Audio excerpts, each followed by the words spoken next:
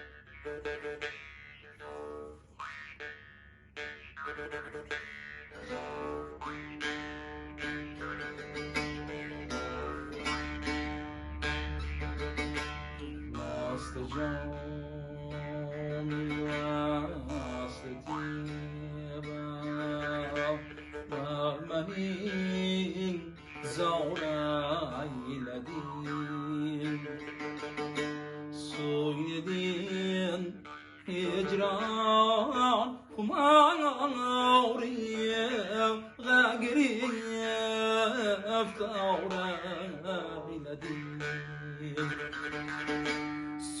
soynedin hicran kumari girip davranayedin sen dunum idem irmez irdeki bidam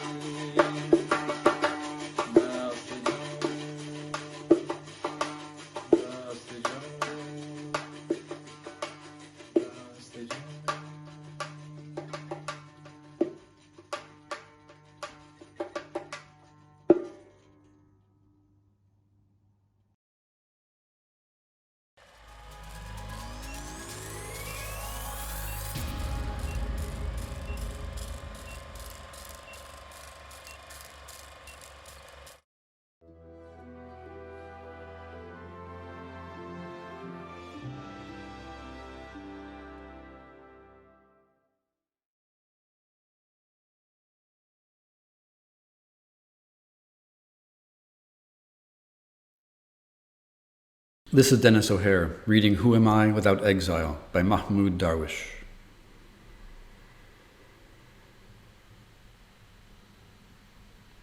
A stranger on the river bank, like the river, water binds me to your name.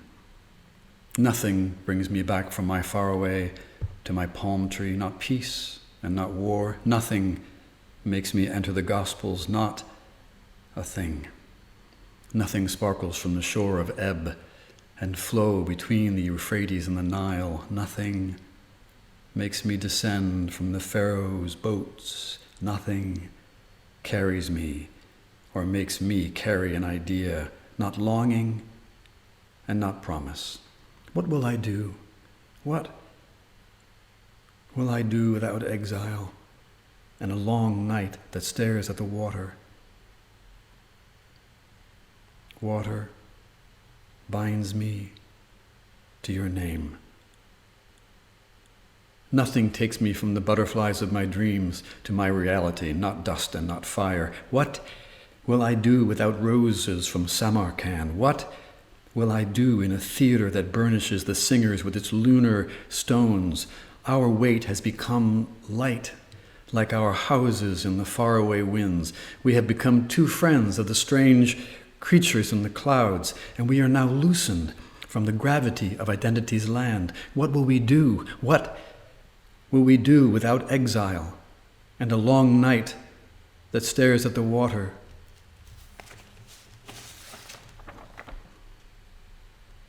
Water binds me to your name.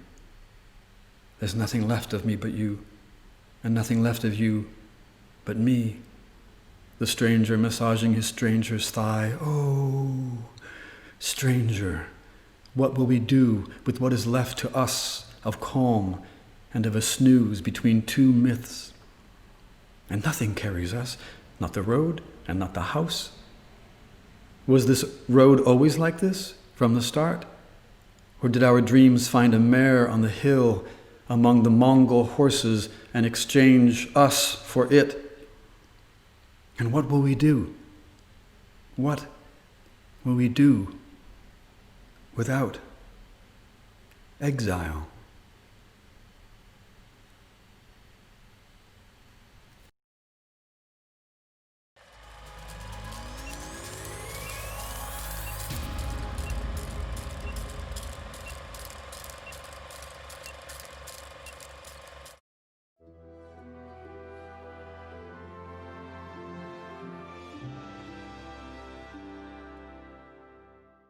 My name is Salima Hashmi. I'm an artist, art educator, and a human rights activist. And I'm speaking to you from Lahore in Pakistan. Lahore is an ancient city and it has many traditions. Among them are the traditions in the arts. And it is interesting that in the last so many decades, it has women that who have taken the lead in the arts, both as educators and as practitioners. It's no coincidence that this happened at the time of the greatest political turbulence, when voices were silenced. But it was women artists, women poets, women writers, women activists, who all came together and led the women's movement in the arts. That has continued uninterrupted. And in fact, today, when we are faced with the greatest challenge, which is the pandemic, it is women who are taking the lead. Because art education is really the vocation that women have had in all of these years. They are the ones who staff art school programs. They are the ones who run fine arts departments in the universities. And very often, they take the lead as curators and art writers. And this time has been a time of test for all of us. And of course, for women artists also. Because as schools close down, as fine arts departments close down, women are confined to their homes and they have double duties.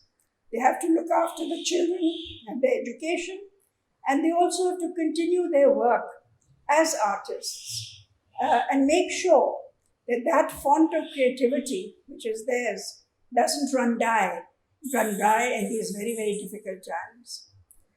And I'm happy to say that this has been a time of introspection for all of us artists, but also a time in which we take strength from one another, in which we take courage, not only from ourselves and our work, but when we look to our sisters in the villages, the artisans who really, really live off the fruit of their labor. And we have been happy that organizations like Carvan and others have really made sure that these women continue to work. Networks are forming between artisans, and women artists. And we are happy to state that these networks are becoming stronger. We realize that we all are in this together. We have to survive. We have to look at allied problems of domestic violence, of deep economic misery and challenges, and different kinds of social problems that are occurring because of the pandemic. Women in Pakistan are rising to the challenge. They are pointing out where the problems are. They're pointing out to the government where people of need are. And it is the women actually who are standing in line and waiting for what is due to them so that they can feed their families. It is, I think, a challenge for people everywhere, but more so for women who carry more than one kind of responsibility. And it is for us to form these networks now across the world. So when this pandemic is over, we can ensure that the networks continue, that we continue to give one another strength and courage, and we remain creative, because that is what we are best at. Thank you.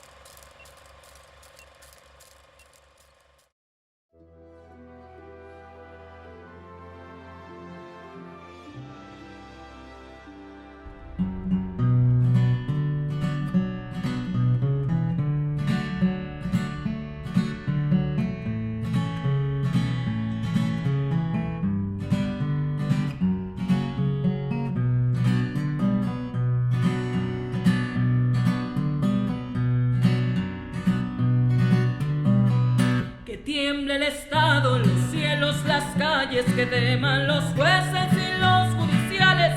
Hoy a las mujeres nos quitan la calma, nos sembraron miedo, nos crecieron alas. A cada minuto de cada semana nos roban amigas, nos matan hermanas, destrozan sus cuerpos, los desaparecen. No olvides sus nombres, por favor, señor presidente. Por todas las compas marchando en Reforma, por todas las morras peleando en Sonora, por las comandantas luchando por Chiapas, por todas las madres buscando en Tijuana. Cantamos sin miedo, pedimos justicia, gritamos por cada desaparecida. Que resuene fuerte, nos queremos vivas, que caiga con fuerza el feminicida. Yo todo lo incendio, yo todo lo rompo. Si un día algún fulano te apaga los ojos, ya nada me calla, ya todo me sobra. Si tocan a una, respondemos todas. Soy Claudia, soy Estel y soy Teresa. Soy Ingrid, soy Fabiola y soy Valeria. Soy la niña que subiste por la fuerza.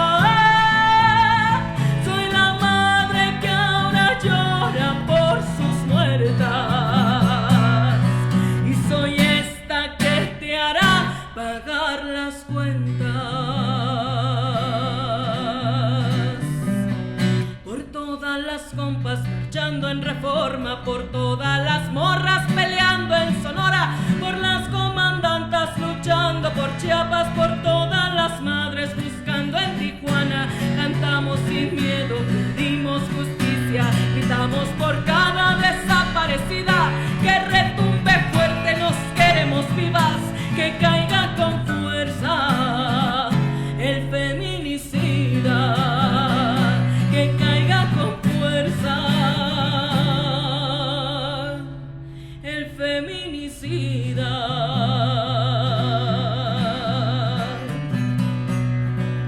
Soy Claudia, soy Esther, soy Teresa, soy Ingrid, soy Fabiola y soy Valeria. Soy la niña que subiste por la fuerza. Soy la madre que ahora llora por sus muertas. Y soy esta que te hará pagar las cuentas.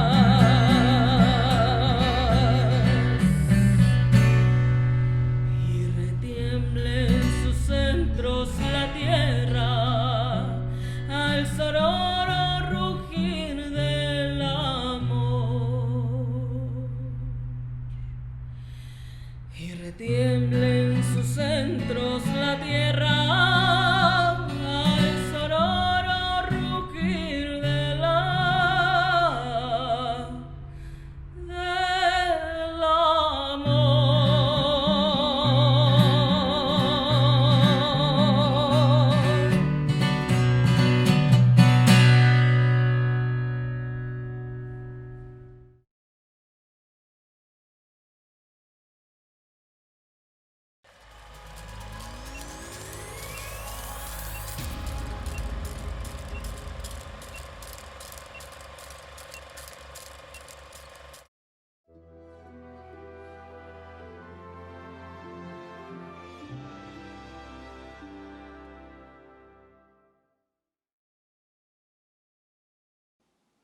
With the COVID-19 pandemic, the world is warning us today that if we fail to build alternatives to the current system managed by extractive capitalism, it will rob our descendants of their future. This historical moment that we are living through is serving to expose that extreme inequalities are not only found in the marginalized neighborhood of so-called third world countries, but also exist in the first world. So to speak of honoring activism, inclusion, social justice, human rights, and generating knowledge at the service of humanity requires rethinking how our institutions often leave out intellectuals who are committed to movement of social change. Sister and brother who don't have academic degrees, and many generators of thoughts and local action in our countries who give their lives to defend the survival of their people. The pandemic is showing us the mistake of humanity and of the academia. At this moment, it is not important how many Nobel Prizes have been awarded in science, but how little science has been put to the service of humanity. When science is driven by the interest of capital and not by collective interests, it ends up trivialized, isolated in classrooms, inviting to reception in palaces or war institutions, but far from the people it should really serve. It seems then that the power of the white man, along with his symbols, is being debunked. It is evident that the xenophobic patriotism and violent capitalism of these times, head up for business people, are not of much use. In this moment, the prophetic words of the great Chief Seattle are coming through. In 1854, he sent a letter to the President of the United States, warning that the white men who contaminate its bed would perish contaminated in its own waste, walking toward its self-destruction. Just as Chief Seattle warned, today we are seeing the end of a self-destructive way of life, and we begin to go back to the dawn of the age of survival. Now, from the epicenters of the disease, there are no heroes who can save those who have been placed on the bottom of the economic ladder. That is why the people who dying the most are Afro-descendant, Hispanic populations, and indigenous people that were removed from their territories and today survive neglected by the state. The millions of people throughout Latin America who wave white flags asking not to starve to death are nothing more than the materialization of the invisible who now appear in the media because they are emerging from the city slums or communities that they have relegated to. The white flags expose the structures of exclusion that in normal times are hidden by fraudulent labor policies or state charities, but are false palliatives because they keep entire sector on the margin of subsistence, because the economic system needs its workforce to increase the wealth of the world elite. And despite this, many of them belonging to these poor or middle-class sectors believe in this exploitative system. In deeply stratified countries, such as those in America, where the gap between opulence and poverty continues to widen, humanitarian crises like this one combined with other social explosions. I was born in one of these countries and grew up observing these extremes between those who had access to exclusive education centers compared to the majority who hardly finished elementary school, between those who were fed 3 times a day and those who ate what they could, between those who had private health care and those who had no health center to go to. In this permanent inequality, those on the side that receives the worst and the scraps from the system cannot be expected to survive, because they have not had the right to weave even a minimal safety net, especially since even the collective security of their communities has been undermined.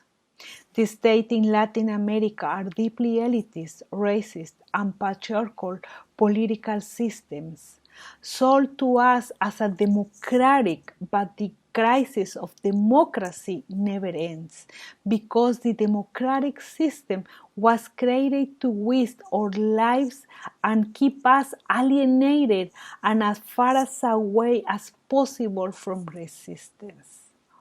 In the end, the small but powerful political and economic elite of the world know that a person's active life is short.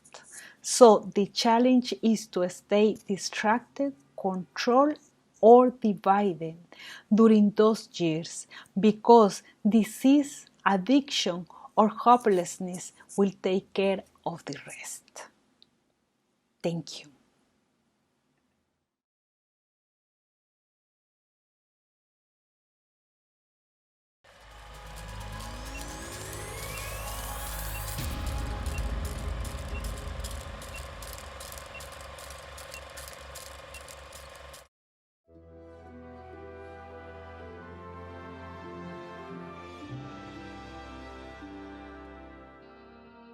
En un futuro hablarán de estos tiempos, y es posible que la memoria guarde la voz del pregonero que en las calles desiertas se hizo eco del mundo como existió algún día. Alguien nombrará el miedo y sus cerrojos, y otro hablará del hambre desde sus cicatrices, o del pasmo, del hilo a punto de romperse, de las lunas no vistas, del mar que ya no estuvo y de todos aquellos a los que no alcanzaron nuestros brazos.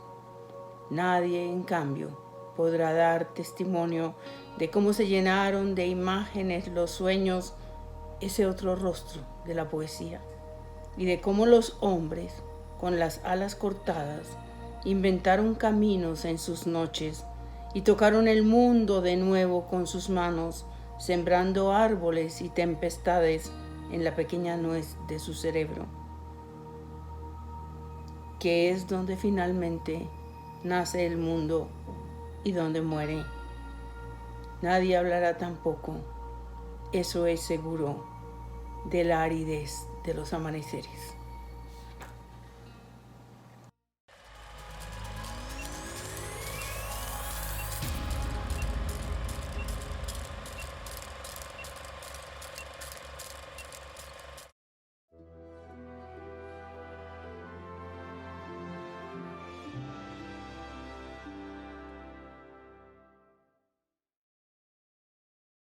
Muchísimas gracias Landscapes of Hope por esta invitación a este festival internacional en el que seguramente vamos a hacer conciencia de muchos temas en todo el mundo. Yo soy Vivir Quintana y te mando un saludo grande desde México.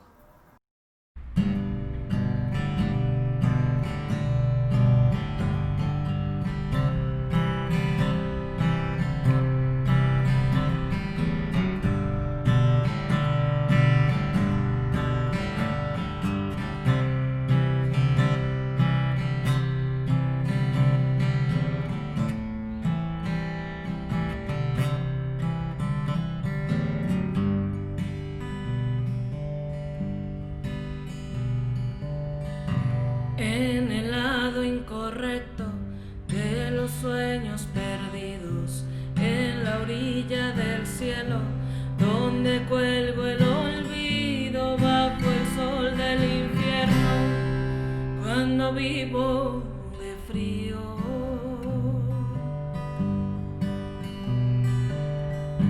En la tarde de octubre, sin la sopa caliente, con las luces fundidas y la calle sin gente, con la piel en cenizas y el destino de siempre.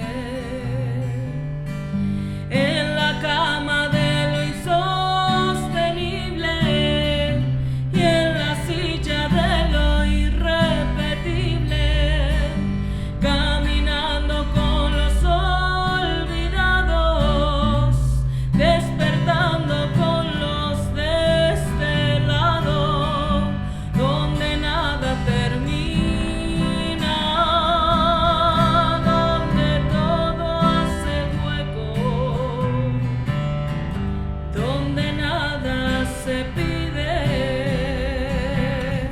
ya ni siquiera los besos.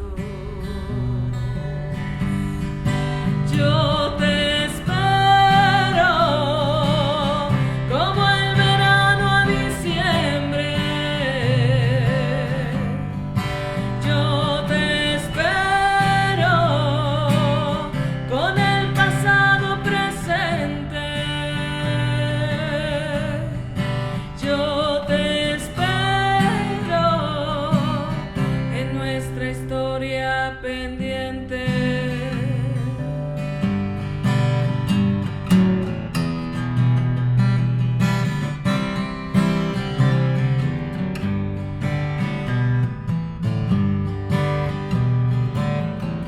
Arrastrando las botas en los charcos de luna, despidiendo a las 12 por si vuelve la una, apostando las llaves de mi suerte y la tuya.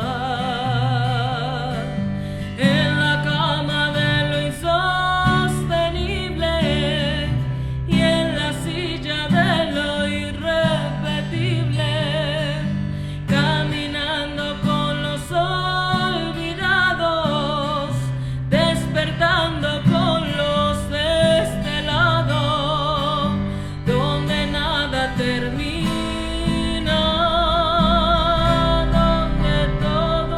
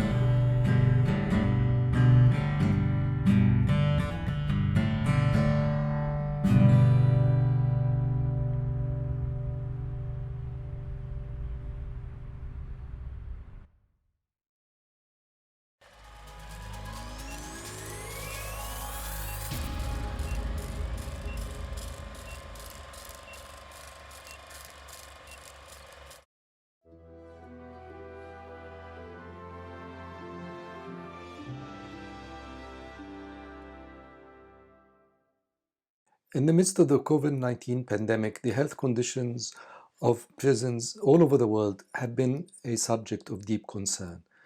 Being enclosed, crowded places, prisons are particularly suitable environments for the virus to spread. But this concern about the health conditions of prisons is most acute in the case of Egypt, where prisons are notoriously overcrowded and where complaints about their unhygienic conditions have become common even before this pandemic. To understand the gravity of the hygienic situation in Egyptian prisons, we need to bear two things in mind. The first is the big expansion of the prison population. And the second is a very dangerous transformation in the penal policy that the regime has been following. Now, the expansion in the Egyptian prison population is due to a surge in the number of political prisoners, and specifically to the increased recourse by the Egyptian authorities to pre-trial detention as a means of illegal punishment. Traditionally, Egyptian law set a 2-year limit beyond which time detainees should be either charged or released. But in 2014, this law was changed, allowing detainees practically to be held indefinitely. The background to this change in the law is the keen determination of the current regime to prevent any political activity. Specifically, the regime seems haunted by the specter of Tahrir and is traumatized by the events of 2011-2012, when millions of Egyptians took to the streets asking for freedom, dignity, and social justice. In fact, one can safely say that what lies behind the sudden surge in the number of political prisoners is a vendetta that the regime has against youth in particular and political activists in general, and is using forced disappearance, arbitrary arrests, and pre-trial detention to stifle any and all kinds of political opposition. The result is the huge increase in the prison population that we have been seeing and a dangerous overcrowdedness of prisons. While the state has been building new prisons to cater for this influx of inmates, prisons are still dangerously overcrowded. According to a recent report issued by Human Rights Watch in 2016, Egyptian prisons were already operating at 150% of their capacity. And according to the official Egyptian Council for Human Rights, the overcrowded condition of prisons constituted a health hazard. Since the outbreak of COVID-19 pandemic, the situation has got much worse, and there have been repeated calls on the authorities to release detainees, but to no avail. These conditions are doubly painful for me. As an Egyptian, it is painful to see some of Egypt's brightest and bravest unjustly locked up in these miserable conditions. And as a student of modern Egyptian history, it is painful for me to notice how, in comparison to the 19th century, which is the area of my specialty, my country has deteriorated sharply. In my research in the Egyptian National Archives on the history of public hygiene in the 19th century, I was particularly struck by the attention paid by the authorities to the health of prisoners and to the hygienic conditions of prisons and other places of detention. In the archives, I studied the foundational moment of the modern Egyptian health establishment, and I closely read the letters of the founder of this establishment, a Frenchman by the name of Claude Bey, who came to Egypt in 1825 to found what became Qasr al-Aini, which is Egypt's first modern teaching hospital. But Claude Bey was not only concerned with medical education, he was also concerned with public hygiene at large, and as such, he paid particular attention to the condition of prisons. What was behind this attention to the health of prisoners? It surely wasn't any humanitarian concern about prisoners as such. Rather, what we see here are two main concerns. The first is a concern that prisons, as I said, do not end up becoming nodes of infection and epidemics. Secondly, we see in this attention to prisoners' health a reflection of a deep change in the penal system, a radically new philosophy of punishment. In this philosophy, prisons were no longer seen as places of exile or death. Rather, they are places of temporary suspension of freedom, places of rehabilitation and reform. Now, it is really painful for me to see 200 years later a complete reversal of this logic. What we see in Egypt now is a penal policy that is not informed by constitutionalism or legality, let alone by principles of justice or human rights, but by a vendetta against activists, against youth, against any political mobilization, and a determination to prevent the moment of 2011 from being repeated again.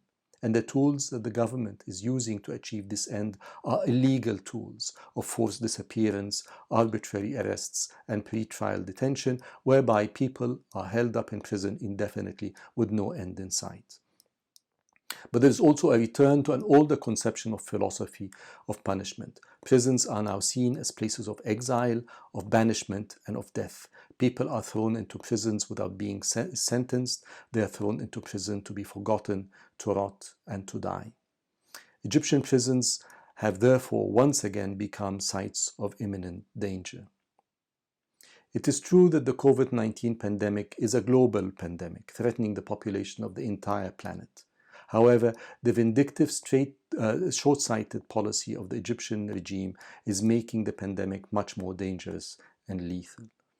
By refusing to release political prisoners who have been illegally detained, and by refusing to answer calls to ease the overcrowdedness of Egyptian prisons, the Egyptian authorities are not only endangering the lives of thousands of innocent detainees, they're also exacerbating the public hygiene crisis that Egypt is facing with COVID-19.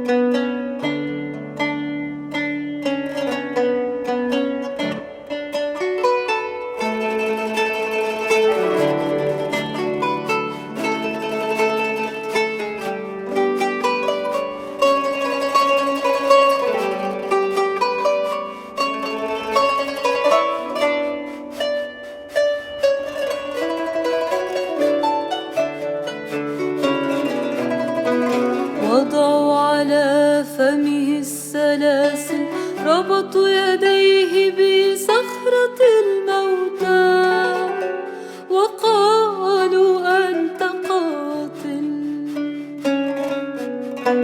أخذوا طعامه والملابس والبيارق ورموه في زنزانة الموتى وقالوا أنت سارق طردوه من كل المرافق أخذوا حبيبته الصغيرة وقالوا أنت لاجئ وضعوا على فمه السلاسل ربطوا يديه بصخرة الموتى وقالوا أنت قاتل أخذوا طعامه والملابس والبيارق ورموه في زنزانة الموتى وقالوا أنت سارق طردوه من كل المرافق أخذوا حبيبته الصغيرة وقالوا أنت لاجئ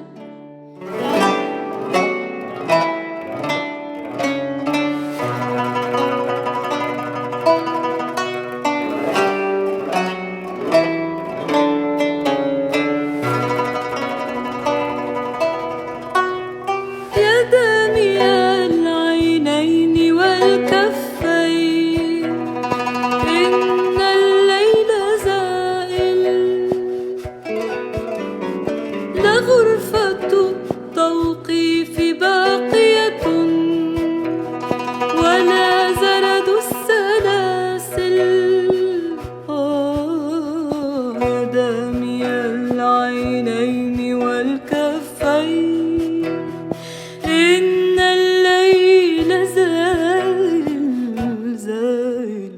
لغرفة التوقيف باقية ولا زرد السلاسل نيرون مات ولم تمت روما نيرون مات ولم تمت روما بعينيها تقاتل بعينيها تقاتل بعينيها تقاتل بعينيها تقاتل وحبوب سنبلة تموت ستملأ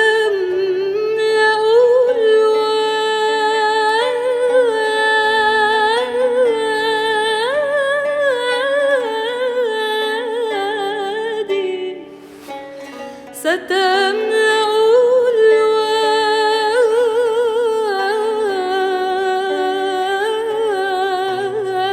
الوادي سنابل سنابل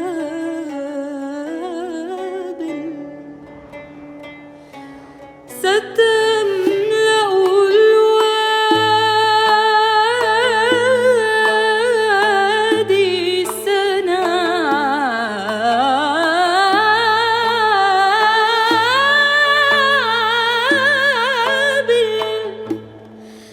ستملأ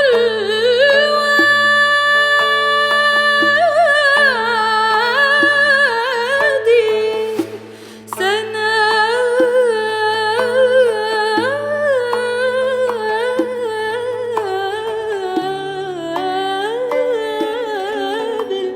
ستملأ الوادي سنابل سنابل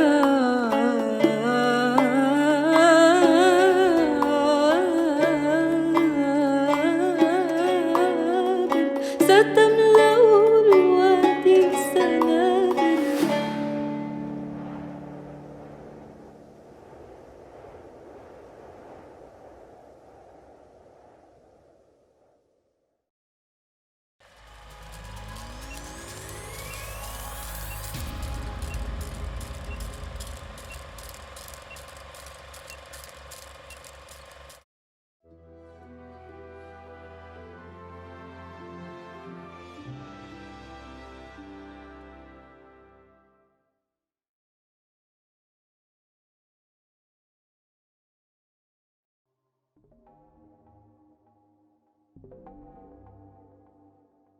I'm auditioning for the role of Terrorist 1.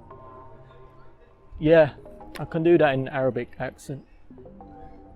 I am Ganges, I am Gandhi, I am Jinnah, I am 5 pillars, I am sinner, I am cinnamon, I am cardamom. I'm not invited to the Houses of Parliament. I'm Sharif, don't like it. Rock the Casbah. Stop the fatwa. Allahu Akbar, Allahu Akbar. La ilaha illallah. I am England. I am England shirt made in Bangladesh. I am Brick Lane. I am Curry House of the year 2005. I'm Rogan Josh. I'm so damn lost. I'm so damn lost. I'm just looking for a shape that's whole. Looking for a place that's home. Mera juta Japani. Home is where your heart is. Ye patloon Englistani. Nah, home is where your heart lifts. Sar pe lal topi rusi. Nah, home is where your ass fits.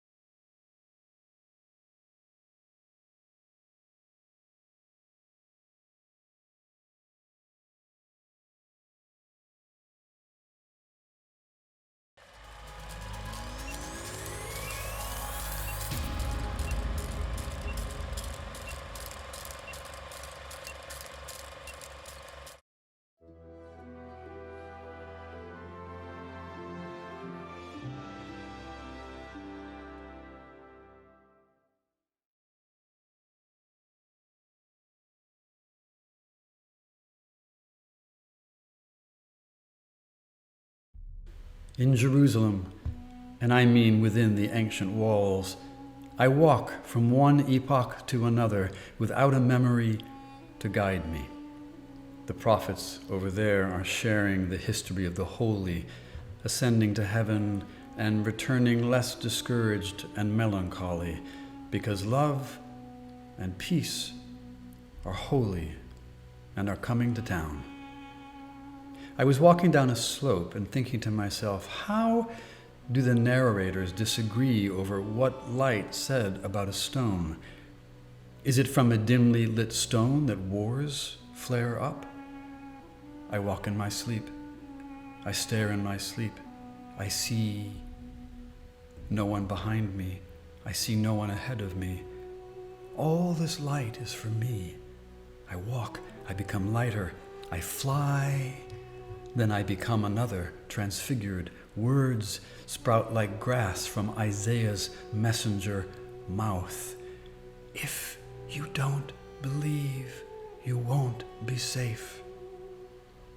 I walk as if I were another, and my wound a white biblical rose, and my hands like two doves on the cross hovering and carrying the earth. I don't walk. I fly.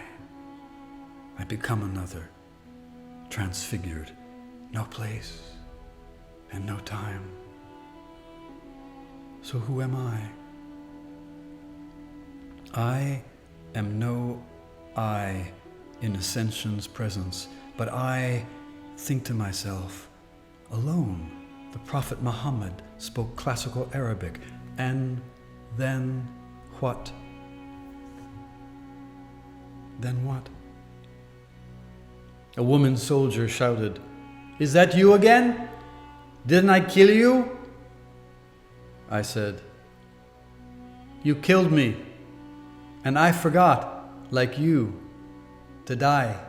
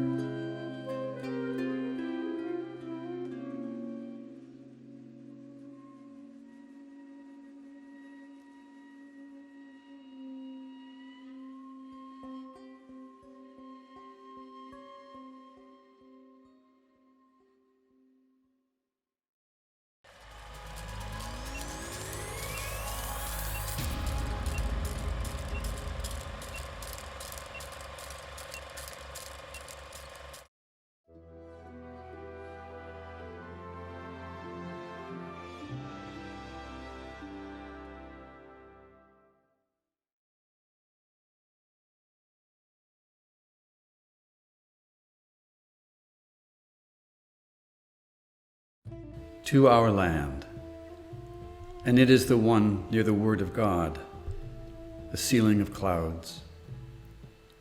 To our land, and it is the one far from the adjectives of nouns, the map of absence. To our land, and it is the one tiny as a sesame seed, a heavenly horizon and a hidden chasm. To our land, and it is the one poor as a grouse's wings, holy books, and an identity wound. To our land, and it is the one surrounded with torn hills, the ambush of a new past. To our land, and it is a prize of war, the freedom to die from longing and burning. In our land, in its bloodied night, is a jewel that glimmers for the far upon the far and illuminates what's outside it. And for us, inside, we suffocate more.